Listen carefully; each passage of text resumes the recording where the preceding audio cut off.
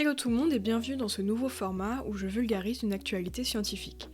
Aujourd'hui, je vais vous parler de l'article paru le 9 juillet dernier dans la très prestigieuse revue Nature, où des chercheurs annoncent qu'ils ont trouvé des protéines vieilles de plus de 15 millions d'années. C'est parti.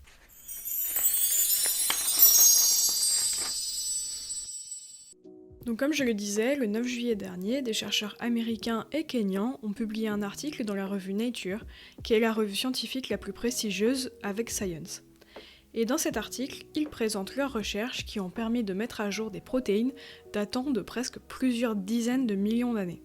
Ces protéines, elles ont été trouvées sur les rives du lac Turkana au Kenya, qui est un site paléontologique très connu où de nombreuses découvertes ont été faites, notamment anthropologiques. On y a découvert des restes d'Homo erectus, d'Homo habilis, etc., qui ont fait avancer la recherche sur les débuts de l'humanité notamment. C'est un site propice à la conservation des fossiles, car par exemple l'affleurement Koubifora est composé d'argile, de grès et d'autres roches sédimentaires. Pour ceux qui n'y connaissent rien en géologie, je vais quand même prendre le temps de définir quelques termes. Tout d'abord, un affleurement, c'est une partie d'un terrain géologique qui est visible à la surface de la Terre. Et c'est grâce à ces affleurements qu'on peut dater géologiquement un site.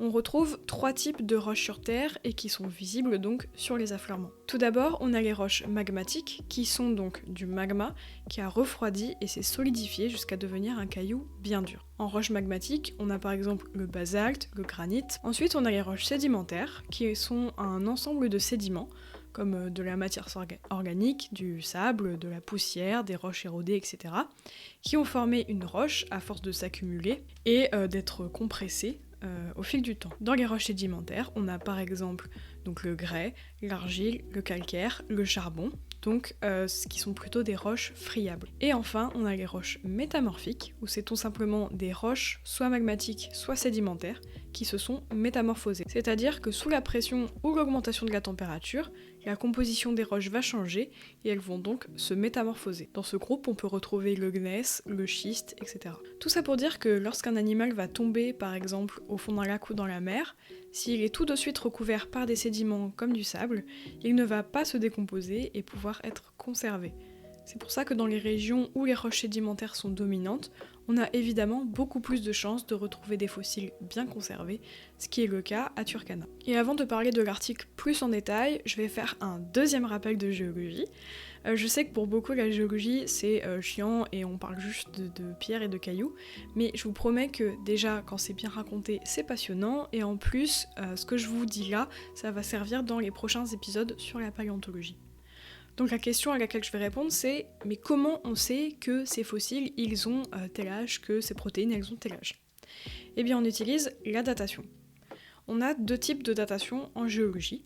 On a la datation relative, qui permet de dater les couches les unes par rapport aux autres, et donc d'établir un ordre dans lequel ces couches se sont déposées. Donc ça marche notamment pour les roches sédimentaires, mais aussi pour les roches magmatiques, quand il y a par exemple un filon de roches magmatiques qui va s'interposer entre les couches de roches sédimentaires. Mais cette technique de datation, elle ne nous permet pas d'obtenir un âge précis.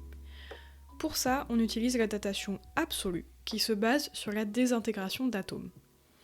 En gros, certains atomes, ils sont instables, et ils vont se désintégrer au cours du temps pour devenir d'autres atomes. Par exemple, le carbone 14, que vous connaissez forcément, qui est un isotope du carbone 12, va devenir, en se désintégrant, de l'azote. Et c'est grâce à la science et aux recherches scientifiques qu'on connaît la demi-vie d'énormément d'éléments chimiques, c'est-à-dire la durée au bout de laquelle la moitié d'un échantillon de cet élément va se désintégrer. Et en mesurant dans un fossile, ou une roche d'ailleurs, la quantité de cet élément, on peut donc dater ce fossile, mais ça ne marche pas pour les roches sédimentaires, on ne peut pas dater de manière absolue et radioactivement les roches sédimentaires, car durant leur formation, il peut y avoir un apport continu d'éléments, comme par exemple de l'eau, et ça va fausser les résultats. Pour dater des roches ou des fossiles, on utilise des couples radioactifs, donc comme carbone-azote, mais comme la demi-vie du carbone elle est seulement de 5730 ans, on ne peut pas dater au-dessus de 50 000 ans, parce qu'au bout de 50 000 ans, il n'y aura plus du tout de carbone 14 dans l'échantillon, et donc on ne pourra plus le dater. On utilise donc d'autres couples, comme rubidium-strontium ou potassium-argon, Et c'est comme ça que les chercheurs ont pu dater les protéines qui sont dans cet article. Dans l'article, on apprend qu'ils ont retrouvé des protéines appartenant à différents animaux emblématiques du Pliocène-Pléistocène, donc de 5 millions d'années à 11 700 ans. Vous trouverez évidemment le lien de cette étude en description avec les graphiques, etc.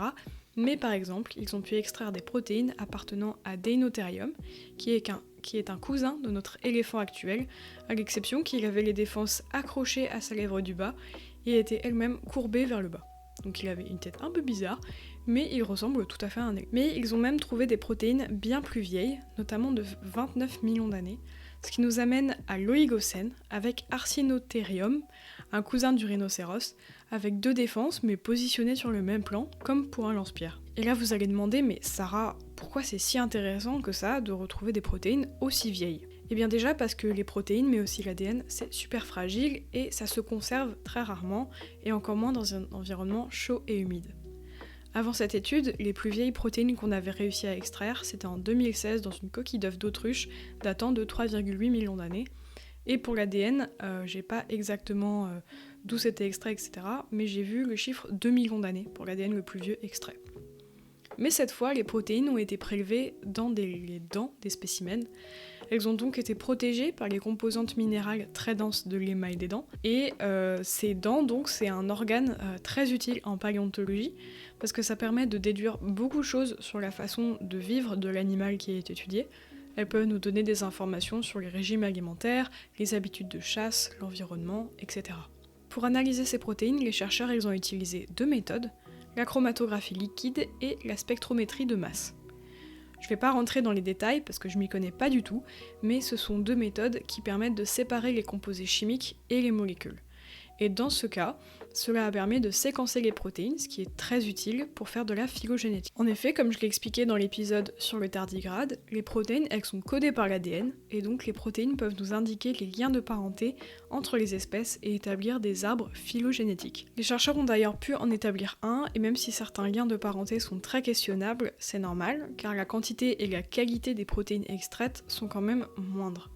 Évidemment, au fil du temps, la qualité des protéines s'est dégradée.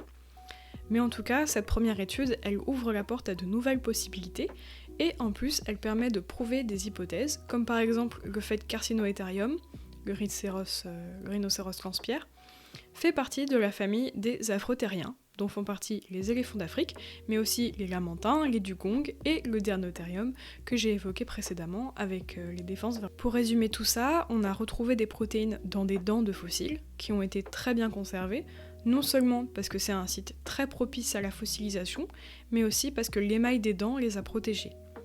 Et ces protéines, elles ont permis d'établir des liens de parenté dont on n'était pas encore sûr. Cette étude, elle est une petite révolution dans la paléoprotéomique, donc c'est la science d'analyser les protéines du passé, et on a très hâte de la suite, car évidemment ces chercheurs ne vont pas s'arrêter là. D'après Daniel Green, un des auteurs de l'étude, je cite, « La fenêtre temporelle pour les protéines va encore reculer à mesure que les méthodes d'extraction et les technologies de spectrométrie s'amélioreront. » Fin de la citation. Et voilà, c'est tout pour aujourd'hui. J'espère que ça vous a plu, que je vous aurai appris des choses. Comme d'habitude, en description, vous trouverez le script de cet épisode, les sources sur lesquelles je me suis basée, ainsi que mon matériel. Vous trouverez également mon Instagram où vous pouvez suivre l'actualité du podcast et d'autres posts centrés sur la biologie, l'écologie et le militantisme. Moi je vous dis à vendredi dans 2 semaines à 18h. Bisous! It's one small step for man, one giant leap for mankind. Many people feel small because they're small and the universe is big, but I feel big because my atoms came from those stars. Now, not everyone thinks physics is fun, but I do. Je crois que ce qui est unique pour le savant, c'est qu'il lui faut non seulement chercher la vérité, mais la proclamer. I propose a toast to evolution. May we use it well.